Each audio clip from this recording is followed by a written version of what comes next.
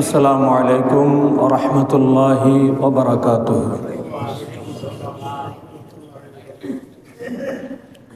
الحمدللہ حمد الشاکرین وأصلی وأسلم علی حبیبہ الامین وعلى آلہ الطیبین الطاہرین واصحابہ اجمعین، اما بعد فاعوذ باللہ من الشیطان الرجیم، بسم اللہ الرحمن الرحیم، وسلام علی عبادہ الذین اصطفیٰ۔ وأيضاً قال الله عز وجل في شان حبيبه ومحبوبه مخبراً وآمراً: إن الله وملائكته يصلون على النبي يا أيها الذين آمنوا صلوا عليه وسلموا تسليما۔ صلى الله على سيدنا محمد وآله وأصحابه وسلم۔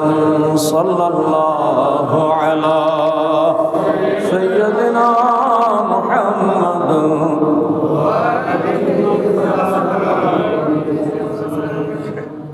اللہ اللہ اللہ لا الہ الا ہو، اللہ اللہ اللہ لا الہ الا ہو۔ سب سے اکرم، سب سے اشرف، سب سے ہو اعلیٰ، سب سے اکرم، سب سے اشرف، سب سے ہو اعلیٰ، مالک جنت قاسم نعمت، مالک جنت قاسم نعمت، سب سے ہو بالا نبی جی۔ اللہ اللہ اللہ لا الہ الا ہو، اللہ اللہ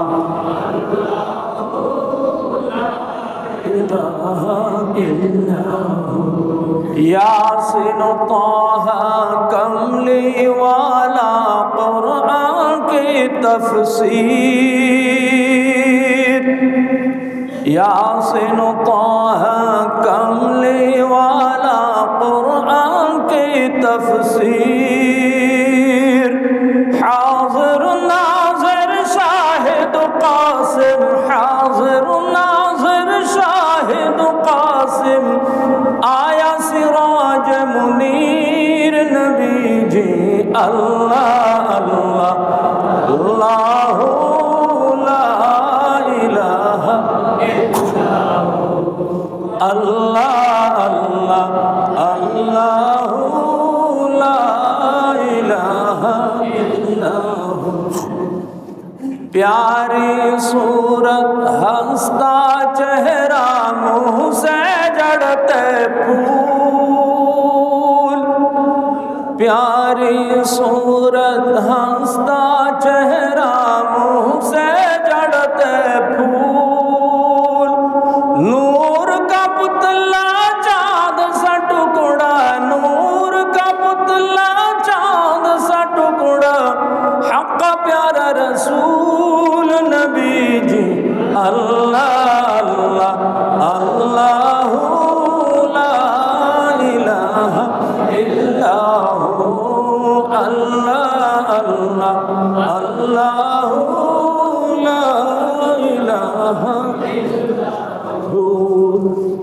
اما بعد، মুআজ্জাজ হাজিরিন, উপস্থিত সম্মানিত মুসল্লিবৃন্দ, রাহিমানি ওয়া রাহিমাকুমুল্লাহ।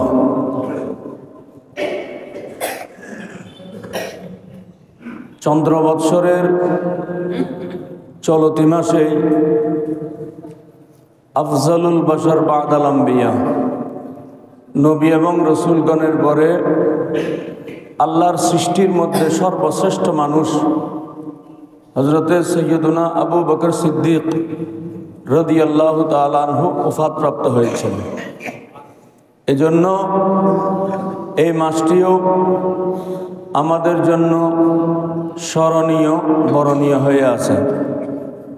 যেহেতু হজরতে আবু বকর সিদ্দিক রাদিয়াল্লাহু তাআলা আনহুর প্রতি মহব্বত রাখা, আবু বকর সিদ্দিকের প্রতি প্রেম ভালোবাসা রাখা, আবু বকর সিদ্দিকের প্রতি সম্মান পোষণ করা প্রতিটি ঈমানদার মুসলমানের জন্য ফরজ। এবং এই ফরজ কোনো দুনিয়ার কোনো ব্যক্তি করে নাই। প্রতিটি ঈমানদার মুসলমানের উপরে যে আবু বকর সিদ্দিকের প্রতি মহব্বত রাখতে হবে, এই অবশ্য করণীয় কাজটি নির্ধারণ করে দিয়েছেন সরাসরি সৈয়দুল মুরসালিন সাল্লাল্লাহু আলাইহি ওয়াসাল্লাম। সুবহানাল্লাহ। হুজুরপুর নূর সাল্লাল্লাহু আলাইহি ওয়াসাল্লাম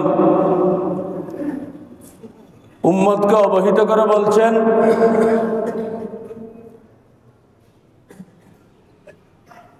হুব্বু আবি বকরিন ওয়াজিবুন আলা উম্মতি। আবু বকরের প্রতি মহব্বত রাখা আমার প্রতিটি উম্মতের জন্য ওয়াজিব। সুবহানাল্লাহ। তাহলে আবু বকর সিদ্দিক রাদিয়াল্লাহু তাআলা আনহুর প্রতি মহব্বত রাখাকে রসুল পাক সাল্লাল্লাহু আলাইহি ওয়াসাল্লাম ঈমানদার মুসলমানদের জন্য ফরজ করে দিয়েছেন। সুবহানাল্লাহ। এই জন্য আমরা কি করতে হবে? আবু বকর সিদ্দিককে মহব্বত করতেই হবে। এটা ঈমানের দাবি। কোন ঈমানদার যদি ইনিয়ে বিনিয়ে ঘুরিয়ে ফিরিয়ে কোনোভাবেই আবু বকর সিদ্দিকের ব্যাপারে কোনো বিরূপ মন্তব্য করে, বুঝতে হবে সেই ব্যক্তি বিপদগামী হয়ে গেছে, পথভ্রষ্ট হয়ে গেছে। নাউজুবিল্লাহ। আর যদি অভিশপ্ত শিয়া সম্প্রদায়ের মতো কেউ যদি আবু বকর সিদ্দিককে জালেম বলে, নাউজুবিল্লাহ, যে শিয়া সম্প্রদায় আছে, ওই শিয়া সম্প্রদায় কিন্তু আমাদের দেশে ইদানিংকালে খুব বেশি সক্রিয় হয়ে গেছে। বাহিরের একটি ইরানি রাষ্ট্রের অর্থানুকূল্যে এরা এখন এই দেশে, আমাদের দেশে ফুলে ফেঁপে উঠছে। ফুলে ফেঁপে তারা অজস্র টাকা ঢালছে, পয়সা ঢালছে। এই টাকা পয়সার বিনিময়ে অনেক সুন্নি মুসলমান কেউ না বুঝে, কেউ স্বার্থের কাছে নিজেদের ঈমান আকীদাকে বিক্রি করে দিচ্ছে। নাউজুবিল্লাহ। এই শিয়া সম্প্রদায়ের যে জঘন্য আকীদাগুলি আছে, খারাপ আকীদাগুলির অন্যতম একটি আকীদা হচ্ছে আবু বকর সিদ্দিক তো আফজালুল বশর বাদাল আম্বিয়া নয়, অর্থাৎ নবী রসুলগণের পরে সর্বশ্রেষ্ঠ মানুষ হচ্ছেন আবু বকর সিদ্দিক। এটার উপরে উম্মতের এজমা হয়ে গেছে, সকল উম্মতের ঐকমত্য হয়ে গেছে। শুধুমাত্র শিয়া সম্প্রদায় এই বিষয়টি মানে না। তারা আবু বকর সিদ্দিককে তো আফজালুল বশর বাদাল আম্বিয়া মনে করেই না। তারা হযরতে আলীকে আবু বকর সিদ্দিকের উপরে প্রাধান্য দেয়। হযরতে আলী রাদিয়াল্লাহু তাআলা আনহুকে আবু বকরের চেয়ে আফজল মনে করে। শুধু তাই নয়, অনেক নবী রাসূলগণের চেয়েও তারা হযরত আবু আলী রাদিয়াল্লাহু তাআলা আনহুকে উত্তম মনে করে। নাউজুবিল্লাহ। এটা সুস্পষ্ট কুফরি। নবীদের উপরে কোন নবী রসুলগণের উপরে কোন ইমানদার মানুষ যত বড় গৌস কুতুব আফজাল সাহাবী হোক না কেন, কোন নবী রসুলগণের উপরে যদি তাকে প্রাধান্য দেওয়া হয়, মনে করা হয় যে ওই নবী রসুলগণের চেয়ে এই ব্যক্তি উত্তম ভালো, সেই ব্যক্তি আর ইমানের গণ্ডির মধ্যে থাকে না, কাফের হয়ে যায়। নাউজুবিল্লাহ। এই জঘন্য আকীদাটি পোষণ করে এই অভিশপ্ত শিয়া সম্প্রদায়। অথচ তারা যে মাওলা আলী শেরে খোদা রাদিয়াল্লাহু তাআলা আনহুকে হযরতে সিদ্দিক আকবরের উপরে ফজিলত প্রদান করে, মর্যাদা প্রদান করে, হযরতে মাওলা আলী শেরে খোদা রাদিয়াল্লাহু তাআলা আনহুর আকীদা কি? আমরা আলহামদুলিল্লাহ সুন্নি মুসলমান, হুজুর করিম রউফুর রহিম সাল্লাল্লাহু আলাইহি ওয়াসাল্লাম যে ঘোষণা দিয়েছেন আবু বকরের শানে, সাহাবা একরাম আবু বকরের ব্যাপারে যে আকীদা পোষণ করে, হযরতে মাওলা আলী শেরে খোদা রাদিয়াল্লাহু তাআলা আনহু আবু বকর সিদ্দিকের ব্যাপারে যে আকীদা পোষণ করে, বিশ্বাস পোষণ করে, আলহামদুলিল্লাহ আমরাও সেই আকীদা পোষণ করি। সুবহানাল্লাহ। হযরতে আলী রাদিয়াল্লাহু তাআলা আনহু বলছেন, ওয়াল্লাহি মা ওয়ালিদা ফিল ইসলামি মাউলুদুন আযকা ওয়ালা আতহার ওয়ালা আফজালু মিন আবি বকরিন। এই দ্বীনের মধ্যে, ইসলামের মধ্যে, উম্মতের মধ্যে, নবী রাসূলগণ ছাড়া ইসলামের মধ্যে, দ্বীনের মধ্যে, উম্মতের মধ্যে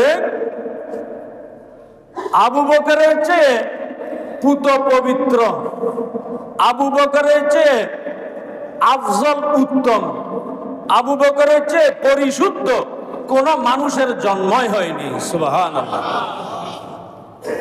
তাহলে মাওলা আলীও বলছেন আবু বকর হচ্ছেন এই উম্মতের মধ্যে সর্বশ্রেষ্ঠ, সবচেয়ে পবিত্র, সবচেয়ে পরিশুদ্ধ। সুবহানাল্লাহ। আমরাও সেই আকীদা পোষণ করি। আর আমরা যেটা ধারাবাহিক, যেটা আমাদের আকীদা, সুন্নি মুসলমানের আকীদা, নবী রাসূলগণের পরে আফজালুল বশর, সর্বশ্রেষ্ঠ মানুষ আবু বকর সিদ্দিক, তারপরে হযরত ওমর ফারুক, তারপরে হযরত সৈয়দুনা উসমান গনি, তারপরে হযরত সৈয়দুনা আলী মুর্তজা রিদওয়ানুল্লাহি আলাইহিম আজমাইন। এটাই হচ্ছে সকল ইমানদার মুসলমানের আকীদা। তো এই আকীদা আমরা কোথায় পেয়েছি? এই আকীদাকে আমরা বানিয়েছি? নাউজুবিল্লাহ। না, এই আকীদাও আমরা বানাইনি। এই আকীদার উপরে সাহাবা একরামের ইজমা হয়েছে, সাহাবাগণের ঐকমত্য হয়েছে। সাহাবাগণ যে বিষয়ের উপর ঐকমত্য হয়েছে, আমরাও সেই বিষয়টি মান্য করে চলি, আলহামদুলিল্লাহ। আর যারা মাওলা আলী শের খোদা রাদিয়াল্লাহু তাআলা আনহুকে সিদ্দিক আকবরের উপরে প্রাধান্য দিতে চায়, তারা মাওলা আলীর রীতির মধ্যেও নেই। মাওলা আলীকে অতিরিক্ত মহব্বত করতে গিয়ে, মাওলা আলীকে অতিরঞ্জিত মেকি সম্মান জানাতে গিয়ে তারা মাওলা আলী শের খোদার রীতির বাইরে চলে গেছে। নাউজুবিল্লাহ। মাওলা আলীর রীতির মধ্যে আছে আমরা। মাওলা আলী কি বলেছেন? মাওলা আলী শের খোদা রাদিয়াল্লাহু তাআলা আনহু বলছেন, খায়রু হাযিহিল উম্মতি, খায়রু হাযিহিল উম্মতি আবু বকর, সুম্মা ওমর, সুম্মা উসমান, সুম্মা আনা। আবু বকর সিদ্দিক, হযরতে মাওলা আলী শের খোদা রাদিয়াল্লাহু তাআলা আনহু বলছেন, এই উম্মতের মধ্যে সর্বোত্তম ব্যক্তি হচ্ছেন আবু বকর সিদ্দিক। সুবহানাল্লাহ। সুম্মা ওমর, তারপরে হযরত ওমর, সুম্মা উসমান, তারপরে হযরত উসমান, তারপরে আনা। মাওলা আলী বলছেন তারপরে হচ্ছে আমি। সুবহানাল্লাহ। তাহলে মাওলা আলীও দেখি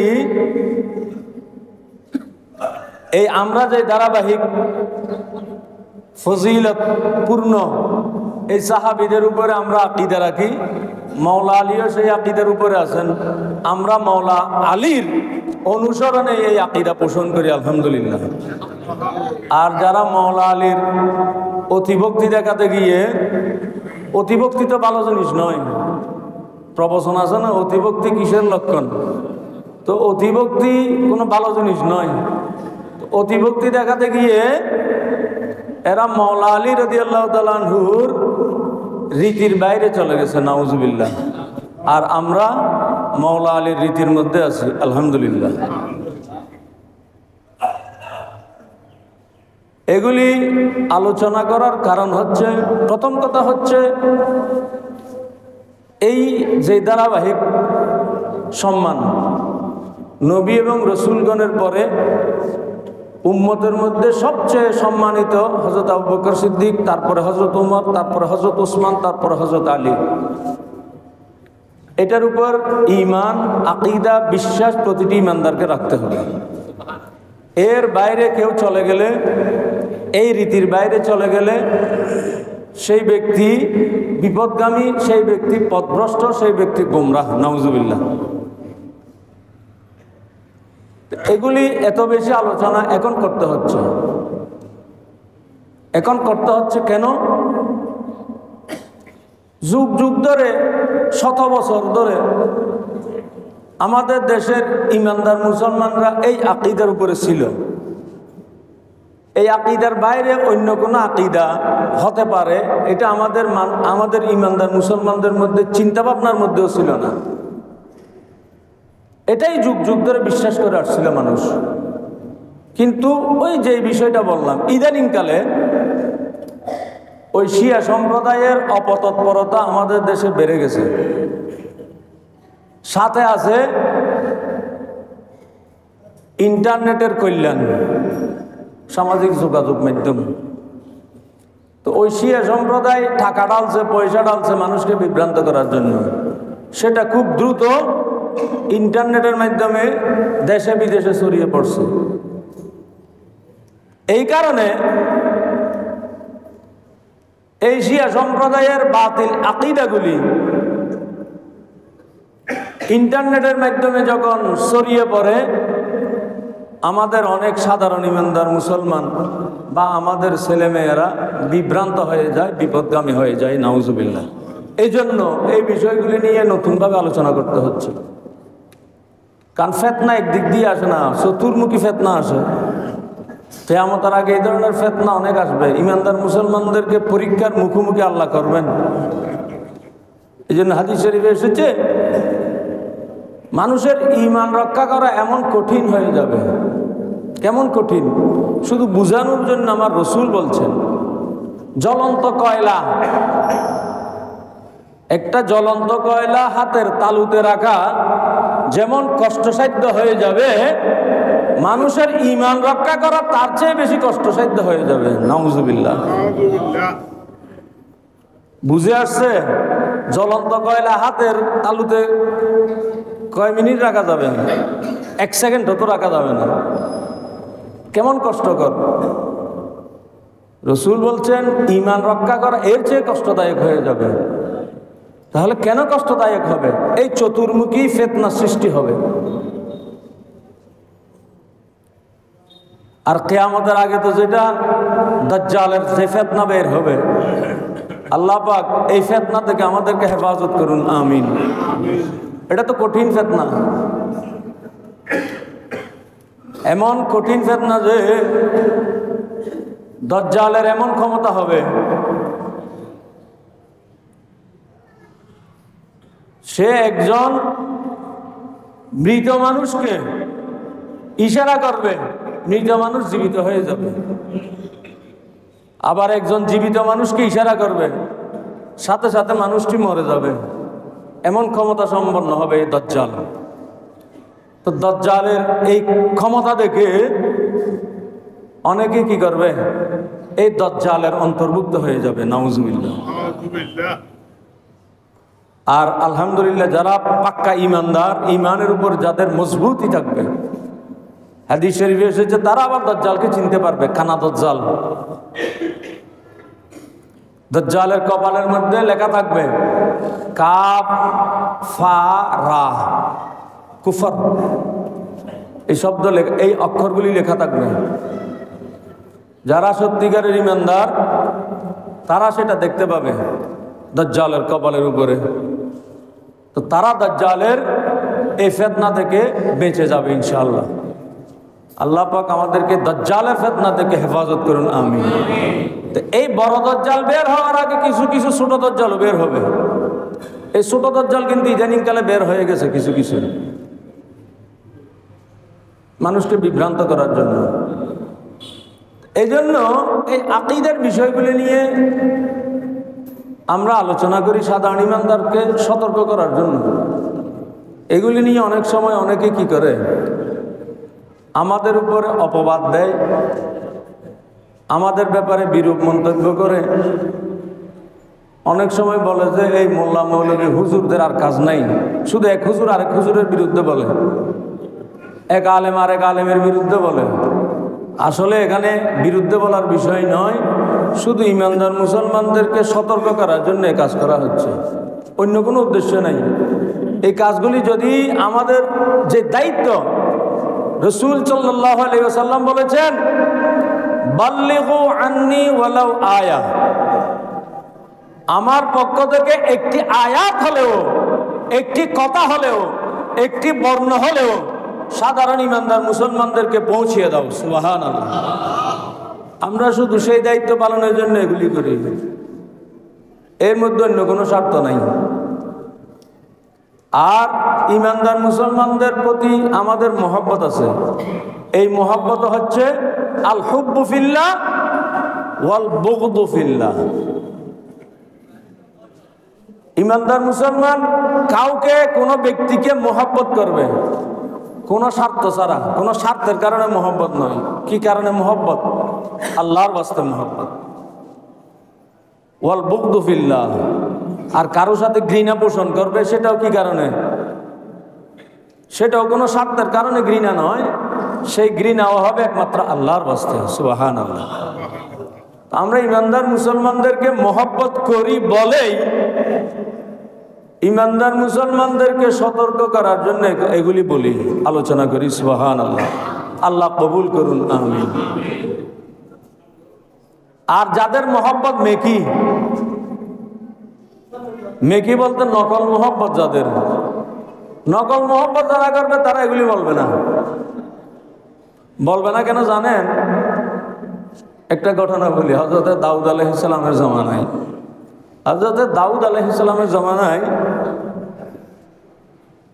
দুইজন মহিলা, তাদের দুধের শিশু, একেবারে দুধের শিশু বলতে গেলে দুইজনেরই দুধের শিশু, দুগ্ধ পুষ্টি, একই বয়সের, কয়েক মাস বয়সের হবে হয়তো।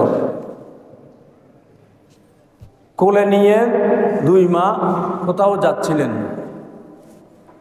যাওয়ার সময় তখন তো বাঘ ভাল্লুকের আনাগোনা ছিল বেশি। দুর্ভাগ্যবশত এক মহিলার শিশুকে বাঘে সবল দিয়ে নিয়ে গেছে। তো বাঘে যখন সবল দিয়েছে, মহিলা মানুষ আর বাঘের মুখ থেকে তো ওই বাচ্চাকে আর বাঁচাতে পারে নাই, বাচ্চাকে নিয়েই চলে গেছে। তো বেচারি এখন নিজের নারীর ধন সন্তান বাঘে নিয়ে গেছে, আফসোস করতে আছে। আফসোস করতে করতে হঠাৎ তার মাথায় একটা কুবুদ্ধি চলে আসলো। যে মহিলার শিশুটি বেঁচে আছে, সে হুট করে ওই মহিলার শিশুটিকে তার কোলে নিয়ে ফেলেছে। নিয়ে ফেলা বলছে, এই শিশুটি আমার, তোমারটা বাঘে নিয়ে গেছে। একেবারে জলজান্ত মিথ্যা কথা। এখন শিশু তো একেবারে শিশু, কথা বলতে জানে না। এখন দুই মহিলা, এটা নিয়ে কি হয়ে গেল, দুই মহিলার মধ্যে তর্ক বিতর্ক, বাক বিতণ্ডা শুরু হলো। এই মহিলা নকল মা বলছে এটা আমার ছেলে, সত্যিকারের মা বলছে আমার ছেলে। এখন এটা নিয়ে যখন তাদের মধ্যে বিরোধটা একেবারে তুঙ্গে চলে গেল, তখন তারা বললো ঠিক আছে আমরা দাউদ আলাইহিস সালামের কাছে বিচার দিই, দেখি উনি কি ফয়সালা দেয়। এখন দাউদ আলাইহিস সালামের দরবারে নিয়ে যাওয়া হলো, নালিশ দেওয়া হলো এইভাবে যেটা বললাম আর কি। এখন ফয়সালা কিভাবে দেবেন? ওখানে তো কোনো সাক্ষী ছিল না, কোনো সাক্ষীও নাই। তারা দুই মা শুধু বাদী বিবাদী সাক্ষী, আর কোনো সাক্ষী নেই। আবার কোলের শিশু তো কোনো সাক্ষ্য দিতে পারবে না। তো এখন দাউদ আলাইহিস সালাম এক ধরনের সিদ্ধান্তহীনতায় পড়ে গেলেন। বললেন দেখা যাক যে শিশুটি বেঁচে আছে তার চেহারার সাথে কোন মায়ের চেহারা মিলে দেখা যাক, একটু সামান্য হলেও যদি মিলে তাহলে সেদিকে ফয়সালা হবে। এখন দুর্ভাগ্যবশত হয়ে গেল কি যে নকল মায়ের চেহারার সাথে শিশুটির চেহারা মিলে গেছে। যেহেতু কিছুটা মিলে গেছে, দাউদ আলাইহিস সালাম ফয়সালা দিয়ে দিন ঠিক আছে এই সন্তান তার, নিয়ে যাও। দুইজনে চলে যাচ্ছে, ফিরে যাচ্ছে। আসল মা খুবই দুঃখ ভারাক্রান্ত, নিজের সন্তানটি হারিয়ে ফেললাম, আমার একেবারে অমুকের সন্তান তো বাগে নিয়ে গেল, আর আমার জলজান্ত সন্তানটি এই মহিলাটি নিয়ে যাচ্ছে। নবীর দরবারে ফরিয়াদ দিলাম, নবীর দরবারে নালিশ দিলাম, নবীর দরবার থেকেও সুবিচার পাইনি। এইভাবে আক্ষেপ করতে করতে তারা চলে যাচ্ছিলেন। তখন দাউদ আলাইহিস সালামের ছেলে হযরত সৈয়দুনা সুলাইমান আলাইহিস সালাম লক্ষ্য করলেন এই দুই মহিলার কথা, তিনি শুনে ফেললেন। তা আক্ষেপ করে নিজে নিজে যেগুলি বলছে সেখানে তার মিথ্যা কথা বলে না। তো সত্যিকারের মা আক্ষেপ করে এগুলি বলছেন, আমার নিজের গর্ভজাত সন্তান আজকে নবীর ফয়সালার কারণে আমি নকল মার হাতে তুলে দিতে হয়েছে, এই আফসোস রাখি কোথায়, নবীর দরবারে গিয়েও সুবিচার পেলাম না। এইভাবে আক্ষেপ করতেই রইল। হযরত সুলাইমান আলাইহিস সালাম সেটা শুনলেন। শোনার পরে তাদের দুইজনকে ডাকলেন। দুইজনকে ডাকার পরে বিস্তারিত ঘটনা শুনলেন। শোনার পরে হযরত দাউদ আলাইহিস সালাম সুলাইমান আলাইহিস সালামের আব্বাজান কি ফয়সালা দিয়েছেন সেটাও শুনলেন। শোনার পরে বললেন আসো তোমরা। আবার দুইজনকে নিয়ে আবার দাউদ আলাইহিস সালামের দরবারে নিয়ে গেলেন। দাউদ আলাইহিস সালাম বললেন তোমরা আবার কেন এসেছো? সুলাইমান আলাইহিস সালাম বললেন আব্বাজান আমি এনেছি তাদেরকে। সুলাইমান আলাইহিস সালাম এখানে একটা বড় হিকমতের আশ্রয় নিলেন। সুলাইমান আলাইহিস সালাম বললেন আব্বাজান, যেহেতু দুইজন মহিলা একটি ছেলের দাবিদার হয়ে গেছে, কোনো সাক্ষ্য নাই, প্রমাণ নাই, তা আপনি একজনকে ছেলে দিয়ে দেওয়ার দরকারটা কি? ছেলেটা দুই ভাগ করে দেন। ছেলেটা দুই ভাগ করে অর্ধেক অর্ধেক দিয়ে দেন দুই মায়ের হাতে, শেষ হয়ে গেল, সমান বিচার। এটা হচ্ছে হিকমত। সুলাইমান আলাইহিস সালাম চিন্তা করলেন যদি ছেলেটিকে দুই ভাগ করার প্রস্তাব দেওয়া হয়, নকল মা হয়তো মেনে নেবে। নকল মা মানবে কেন? আমার সন্তান বাগে খেয়ে ফেলেছে, আর এর সন্তান এদিকে দুই ভাগ করে শেষ হয়ে যাক, সে মেনে নেবে। কিন্তু আসল মা মানবে না। আসল মা বলবে ছেলে দুই ভাগ খাওয়ার দরকার নাই, আমার ছেলে আমার হাতে খাওয়ার দরকার নাই, নকল মার হাতে যা চলে যাক, অন্তত ছেলেটা বেঁচে যাক। সুলাইমান আলাইহিস সালাম এই উদ্দেশ্য নিয়ে দাউদ আলাইহিস সালামকে বললেন আপনি এই ফয়সালা দেন। দাউদ আলাইহিস সালাম ও সুলাইমান আলাইহিস সালামের পরামর্শ মোতাবেক ফয়সালা দিলেন। ঠিক আছে, ছেলেটিকে দুই ভাগ করে হলো, দুই ভাগ করে দুই মায়ের হাতে দুই অংশ তুলে দাও। তখন দেখা গেল সত্যিকারের মা বললেন না না, আমি ছেলের দাবি ছেড়ে দিলাম, ছেলে আমার লাগবে না, আমি ছেলের দাবি ছেড়ে দিলাম, ছেলেটি তার ওই মাকে দিয়ে দিন, ছেলেটি বেঁচে থাকুক। দেখা যাচ্ছে নকল মার কোনো খবর নাই, নকল মা যেভাবে আছে সেইভাবে নির্বিকার অবস্থায় আছে। সুলাইমান আলাইহিস সালাম ভুলে গেলেন এখন আসল মাকে নকল মাকে। সুবহানাল্লাহ। তাহলে মেকি মহব্বতের কোনো প্রতিক্রিয়া থাকে না। সুন্নি উলামা একরাম বেশি কথা বলেন কেন? সুন্নি উলামা একরাম সাধারণ ইমানদার মুসলমানদেরকে বেশি মহব্বত করেন, এই জন্যই। সুবহানাল্লাহ। এটা বোঝার জন্য বলছি। আমাদের উপর অনেক সময় অপবাদ দেওয়া হয় সুন্নি আলেমগণের উপরে, যে সুন্নি আলেমরা শুধু সমালোচনা করে। এখানে সমালোচনার বিষয় নয়, ঈমান আকীদার বিষয়। সাধারণ ইমানদার মুসলমান ফিতনার মুখে পড়ে তারা বিভ্রান্ত হয়ে যাচ্ছে, সেটা সুন্নি উলামা একরাম সহ্য করতে পারেন না। এই জন্য বারবার সতর্ক করার জন্য এগুলি আলোচনা করেন। আর যাদের মোহাব্বত মেকি, তারা এগুলি আলোচনা করার দরকার নেই। তারা বলবে জান্নাতে যাক আর জাহান্নামে যাক, আমার কি। কিন্তু সত্যিকারের উলামা একরাম তো সত্যিকারের মোহাব্বত করে, এই জন্য বেশি বলে। যাই হোক, যেটা বললাম, হযরত আবু বকর সিদ্দিক রাদিয়াল্লাহু তাআলা আনহুর প্রতি কোনো ধরনের বিরূপ মন্তব্য ঈমানের জন্য ক্ষতিকারক। আর আবু বকর সিদ্দিক কি যে সেই ব্যক্তি? কেমন ব্যক্তি আবু বকর সিদ্দিক? কেমন ব্যক্তি?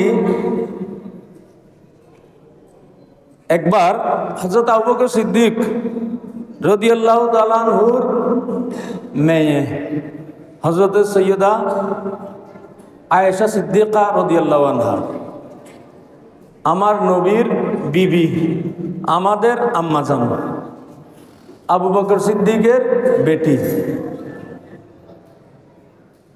রাসূল পাক সাল্লাল্লাহু আলাইহি ওয়াসাল্লাম এবং আয়েশা সিদ্দিকা একদিন রাত্রিবেলা ঘর থেকে বের হলেন। বের হয়ে আকাশ দেখছেন, এদিকে দেখছেন, ওদিকে দেখছেন। হঠাৎ করে হযরত আয়েশা সিদ্দিকার মনে একটা প্রশ্ন এসে গেল। আয়েশা সিদ্দিকার বিয়ে হয়েছে অত্যন্ত শিশু বয়সে। শিশু বয়সে কথাবার্তা অনেক সময় শিশু সুলভ কথা বলে ফেলেন। আয়েশা সিদ্দিকা রাসূল পাক সাল্লাল্লাহু আলাইহি ওয়াসাল্লামকে একটা প্রশ্ন করে ফেললেন, ইয়া রাসূলুল্লাহ, আসমানে যে অসংখ্য তারা, আসমানের তারা তো গণনা করা যায় না, কত তারা আছে, ঝলঝল করছে আকাশের তারাগুলি। আয়েশা সিদ্দিকা প্রশ্ন করলেন, ইয়া রাসূলুল্লাহ, এই আকাশের যে অজস্র তারা, আপনার উম্মতের মধ্যে কি এমন কোন উম্মত আছে যে উম্মতের ইবাদত আকাশের তারকারাজির সমান হবে? সুবহানাল্লাহ। প্রশ্নটা কেমন কঠিন প্রশ্ন। আপনার তাইলে এখানে কি অর্থাৎ আপনার উম্মতের মধ্যে এমন কোন উম্মত কি আছে যে উম্মতের ইবাদত হবে আকাশের তারকারাজির সমান? তাহলে বুঝতে হবে এখানে প্রশ্নটার জবাব দেওয়ার জন্য আকাশের তারা কত আছে সেগুলি জানা থাকতে হবে প্রথম। আবার উম্মতের মধ্যে কিয়ামত পর্যন্ত উম্মত যারা আসবে, রাতের অন্ধকারে তাহাজ্জুদ করে, ইবাদত বন্দেগী করে, তাসবিহ তাহলিল পড়ে, এগুলিও জানা থাকতে হবে। তাহলে এই প্রশ্নের উত্তর দেওয়া যাবে। তাহলে এগুলি কিন্তু গায়েবের বিষয়। উম্মতরা কিভাবে ইবাদত করে না করে কোথায়, সেটা তো গায়েবের বিষয়। আর আকাশের তারকারাজি এটা তো জানা যাবে কিভাবে? কিন্তু রাসূল বলেন নাই, হে আয়েশা সিদ্দিকা, তুমি এমন জটিল প্রশ্ন কিভাবে বললে? আকাশের তারকা কত আছে সেটাও আমি কিভাবে জানবো? আমার উম্মতের মধ্যে কে বেশি ইবাদত করে সেটা আমি কিভাবে জানবো? আমার রাসূল সেই জবাব দিলেন না। আমার রাসূল বললেন, হে আয়েশা সিদ্দিকা, হযরতে ওমর ফারুকের ইবাদত আকাশের তারকারাজির সমান। সুবহানাল্লাহ। তাহলে বোঝা গেল রাসূল এখন আকাশের তারকা কত আছে সেটাও জানেন, ওমর ফারুকের ইবাদত কত আছে সেটাও জানেন। সুবহানাল্লাহ। তখন আয়েশা সিদ্দিকা একটু বিব্রত বোধ করলেন। কেন? কারণ আয়েশা হচ্ছেন আবু বকর সিদ্দিকের মেয়ে। আবু বকর সিদ্দিক তো অত্যন্ত ফজিলতময়, সবচেয়ে মর্যাদাবান ব্যক্তি। হযরত আয়েশা সিদ্দিকা মনে করেছিলেন আবু বকর সিদ্দিকের নাম বলবেন আমার রাসূল, কিন্তু এখানে আবু বকর সিদ্দিকের কথা না বলে হযরত ওমর ফারুকের কথা বললেন। এই জন্য আয়েশা সিদ্দিকা রাসূলকে জিজ্ঞাসা করলেন, ইয়া রাসূলুল্লাহ, আমি মনে করেছিলাম আপনি আমার আব্বাজান আবু বকর সিদ্দিকের কথা বলবেন। সুবহানাল্লাহ। আবু বকর সিদ্দিকের ইবাদত আকাশের তারকারাজির সমান হবে, আমি মনে করেছিলাম আপনি এই জবাব দেবেন। তখন রসুল কি জবাব দিলেন দেখুন। রসুল বললেন, আয়েশা সিদ্দিকা তুমি কি বলছো?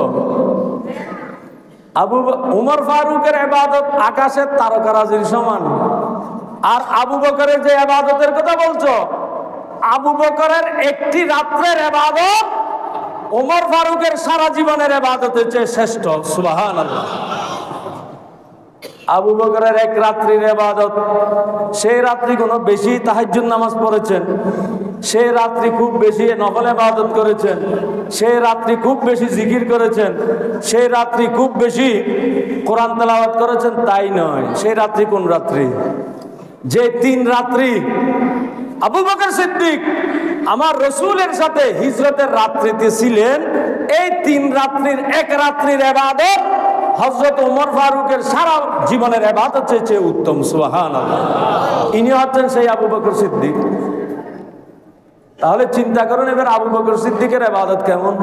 এক রাত্রির ইবাদত যদি, এক রাত্রির ইবাদতের অবস্থা যদি এই হয়, তাহলে আবু বকর সিদ্দিকের ইবাদতের হিসাব করা যাবে না। আর আবু বকর সিদ্দিক, যেখানে আবু বকর সিদ্দিকের ইবাদতের ব্যাপারে রাসূল সাল্লাল্লাহু আলাইহি ওয়াসাল্লাম এই স্বীকৃতি দিলেন। কি স্বীকৃতি? আকাশে তারকারাজির সমান ইবাদত হচ্ছে ওমর ফারুকের, আর আবু বকর সিদ্দিকের এক রাত্রির ইবাদত হচ্ছে ওমর ফারুকের সারা জীবনের ইবাদতের চেয়ে বেশি। সুবহানাল্লাহ। সেই আবু বকর সিদ্দিক আল্লাহর দরবারে কিভাবে ফরিয়াদ করছেন, নিজেকে কত নগণ্য মনে করে।